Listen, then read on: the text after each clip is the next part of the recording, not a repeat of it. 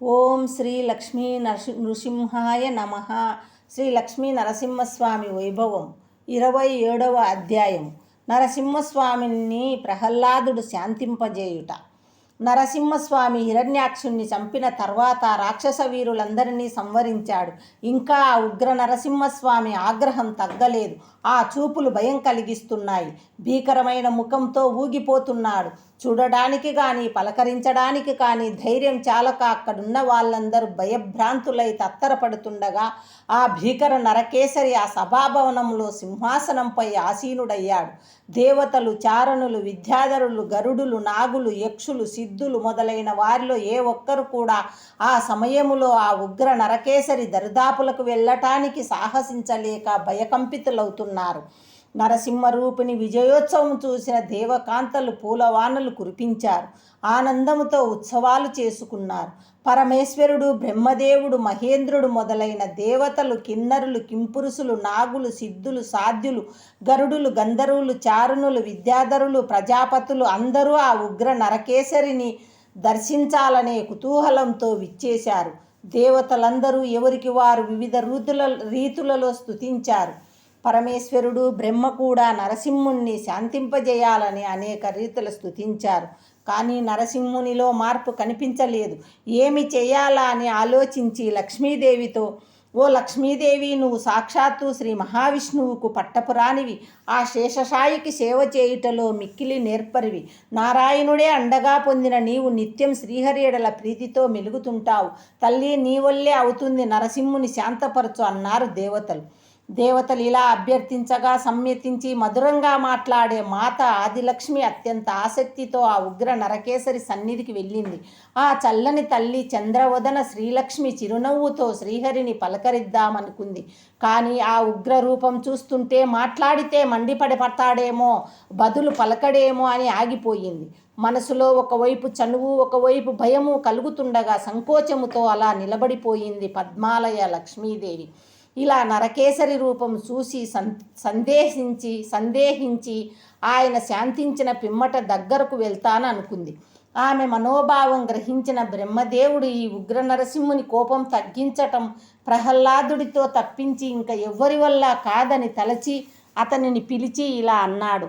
నాయనా ప్రహ్లాద, చక్రాయుధముగా కలవాడైన విష్ణుమూర్తి నీ తండ్రి కారణంగా తీవ్రతరమైన కోపము కలిగిన ఉగ్రరూపం ధరించాడు. ఇంకా ఆ తాపం వదలటం లేదు.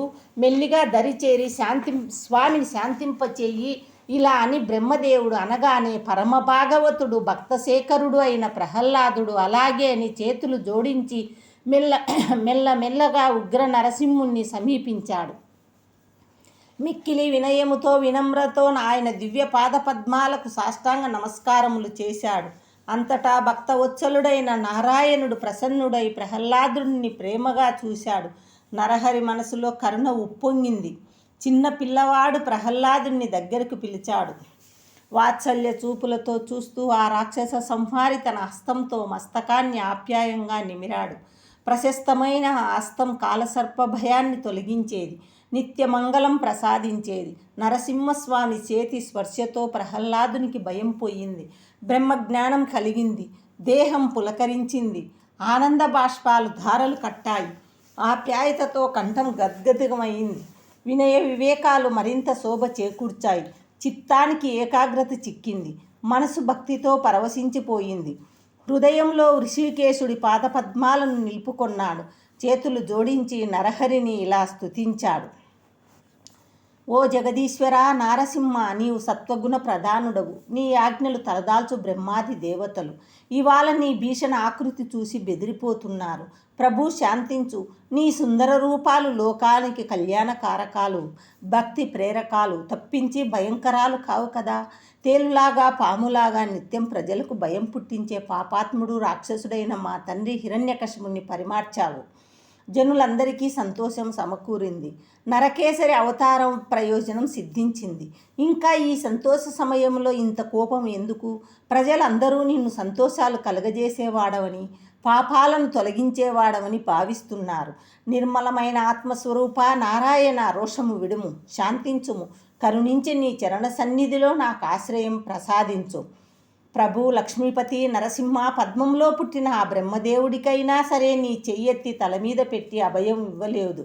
నేనేమో చిన్నపిల్లవాడిని, తామస గుణంతో కూడిన రాక్షస వంశంలో పుట్టినవాడిని, దైత్యుడిని, ఉగ్రమైన రజోగుణం కలవాడను. అలాంటి నా తల మీద అవ్యాజమైన కృపతో నీ దివ్య భవ్య హస్తాన్ని ఉంచి దీవించావు. ఇది నాకు ఎంతో ఆశ్చర్యం కలిగిస్తుంది. నీ గుడి ప్రాంగణంలో నిత్యం నీకు తల వంచి మ్రొక్కనివాడు, మంగళకరాలైన నీ కీర్తనలు పలుమార్లు నాలుకతో పలకనివాడు, కర్మలు సమస్తం నీ ఆధీనమని భక్తిభావంతో తలచి సమర్పణ చేయనివాడు, నీ పాద పద్మాలు నిర్మలమైన మనసుతో నిత్యం ధ్యానించి పరవశించనివాడు, చెవులారా నీ సంకీర్తనలు విననివాడు, చేతులారా నీ సేవ చేయనివాడు, యోగి అయిన మహాతపశక్తిశాలి అయిన యోగి అయినా, ఎంతటి పండితుడైనా, ఎంతటి తత్వవేత్త అయినా ఎప్పటికీ పరమపదము అందుకోలేడు. నీ సేవ చెయ్యనివాడు పరమపదం చేరలేడు. కనుక నీ దాస్యం చేసే మహాభాగ్యాన్ని ప్రసాదించు అని ప్రహ్లాదుడు వందనమాచరించాడు. ఆ సంస్తుతికి సంతోషించి గుణరహితుడు భగవంతుడునైన శ్రీ నృసింహస్వామి రోషమ్మ అని ప్రసన్నుడై నవ్వుతూ ఇలా అన్నాడు. బాలక ప్రహ్లాద, నిన్ను చూస్తే చాలా ఆనందంగా ఉంది. నీ ప్రవర్తనకు చాలా సంతోషించాను. నీకు మిక్కిలి శుభం కలుగుతుంది. నేను భక్తుల కోరికలు తప్పక తీర్చేవాడిని. నీ మనసులో వాంఛించే వరాలను దయాహృదయుడైనై అనుగ్రహిస్తాను. ఏ దిగులు పెట్టుకోకు. నేను చూడశక్యం కాని వాడినే కాని ప్రాణి కోటికి నన్ను ఒక్కసారి చూస్తే చాలు, పునర్జన్మ ఉండదు. సకల శుభప్రదాతను నేను. నన్ను సాధువులు విద్వాంసులు ఎన్నెన్నో రకాల కోరికలు కోరుతుంటారు. వారి కోరికలు తీరుస్తుంటాను. వత్సా, నీవు ఏదైనా కోరుకో, తప్పకుండా ఇస్తాను. అలా నరసింహస్వామి ప్రహ్లాదుడు కోరికలను జయించాడా లేదా అన్నది పరీక్ష కోసం కపటంగా వరాలు కోరుకో ఇస్తానని అన్నాడు. ప్రహ్లాదుడు జితేంద్రియులలో అగ్రగణ్యుడు, ఏకాంత భక్తుడు కాబట్టి భక్తి యోగానికి కోరికల ఆటంకమని నిశ్చయించుకొని స్వామితో ఇలా పలికాడు. ఓ దేవదేవా, పుట్టుక నుండి కామాది అనుభవాలలో ఆసక్తి లేని నాకు వరాలు ఇస్తానని పరీక్షిస్తున్నావా? సంసార బీజములైన కామములు, హృదయ గ్రంథులు, అటువంటి కామములకు భయపడి నేను మోక్షార్థినై క్షేమాన్ని కోరుతున్నవాడనై నియమవంతుడనై నీ సన్నిధికి వచ్చాను.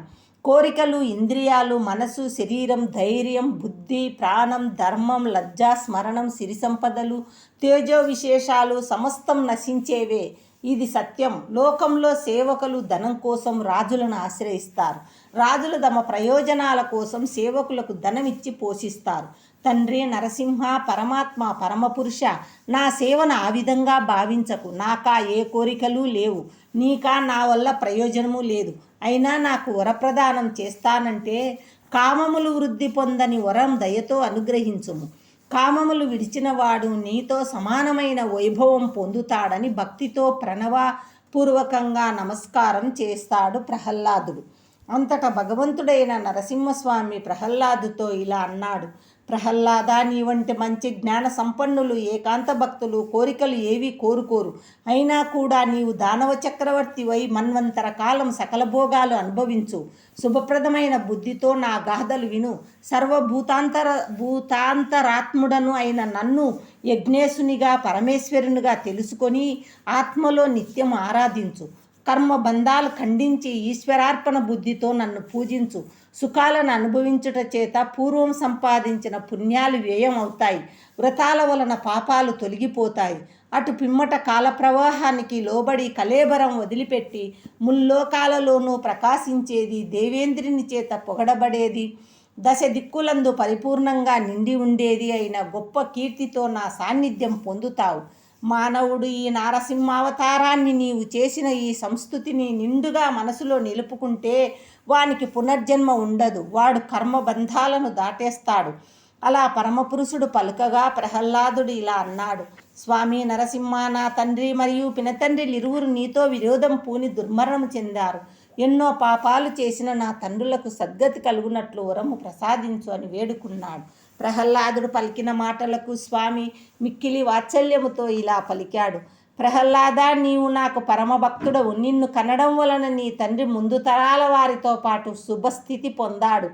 విజ్ఞాన దీపికలు వెలిగించి సంసార మాయాంధకారాన్ని పోగొట్టే నా భక్తులు నివసించే ప్రదేశాలలో ఉండి వారి ప్రేమకు పాత్రులైన వాళ్ళు దుర్జనులైనా కూడా పరిశుద్ధులవుతారు. ఇది సత్యం. ప్రహ్లాద, నీలాగే ఎవరైనా సరే, చిన్నవారైనా పెద్దవారైనా, ఎల్ల వాంఛలు మాని నన్ను ఉపాసిస్తారో వాళ్ళు నా భక్తులు. నా భక్తులలో నువ్వు ఉత్తముడవు. ఇంక నీవు నీ మనసు నా మీద నిలిపి సంతోషంగా వేదోక్త విధిగా నీ తండ్రికి ఉత్తర క్రియలు చెయ్యి. అతడు నా శరీర స్పర్శతో నిర్మల దేహం పొందాడు. కల్మషాలు కడిగేసుకొని పుణ్యలోకాలకు పయనిస్తాడు. ఇలా భగవంతుడైన నరసింహస్వామి చెప్పగా హిరణ్యకశిపుడికి ప్రహ్లాదుడు పరలోక క్రియలు చేసి బ్రాహ్మణోత్తముల చేత పట్టాభిషేక్తుడయ్యాడు. ఆ సమయములో అనుగ్రహముతో నిండైన మోముగల శ్రీ నరసింహస్వామిని చూసి దేవతలు మొదలగు ముఖ్యులతో కూడిన బ్రహ్మదేవుడు ఈ విధముగా పలికెను. ప్రహ్లాదుడు పరమభాగవత శ్రేష్ఠుడు. ఇతనికి దయతో మృత్యుభయము లేకుండా వరం ప్రసాదించావు. నీ నరసింహ అవతారాన్ని నిష్ఠతో ఉపాసించేవారు యముని వలన బాధలు పడరు, మృత్యుభయం పొందరు. బ్రహ్మదేవ, దేవతాద్వేషులను ఆదరించి ఇక ఎప్పుడూ ఇలాంటి వరాలను ఇవ్వకు. పాపాత్ములకు వరములు ఇవ్వటం పాములకు పాలు పోయటం వంటిది. నృసింహస్వామి బ్రహ్మదేవునికి ఇలా తెలియజెప్పి బ్రహ్మాది దేవతల పూజలను స్వీకరించి అంతర్ధానం అయ్యాడు. ప్రహ్లాదుడు పరమేశ్వరునికి ప్రణామాలు ఆచరించాడు. విధాతకు వందనం చేశాడు. ప్రజాపతులకు ప్రణతులు చేశాడు. భగవదంశతో ప్రకాశించే దేవతలకు నమస్కారాలు చేశాడు. అంతటా చతుర్ముఖ బ్రహ్మ, శుకుడు మొదలైన మునీంద్రులతో కలిసి ప్రహ్లాదుడిని దైత్య దానవ రాజ్యానికి పట్టాభిషక్తుని చేసి రాజ్యం అప్పజెప్పి ఆశీర్వదించారు. ప్రహ్లాదుడు దేవతలనందరినీ అర్థమైన విధంగా పూజించాడు. ఈశానుడు మొదలగు సమస్త దేవతలు ప్రహ్లాదుడిని నానావిధ ఆశీస్సులతో ధన్యుడిని చేశారు. సాక్షాత్తు నరసింహస్వామియే తన భక్తులకు అభయమిచ్చాడు. కావున మనం శ్రీ నరసింహస్వామిని నిత్యము కొలుద్దాము. స్వామి యొక్క కృపా కటాక్షములు పొందుదాం. ఓం శాంతి శాంతి శాంతి. 27వ అధ్యాయం సంపూర్ణం. శ్రీ లక్ష్మీ నరసింహస్వామి పావనార్పణమస్తు.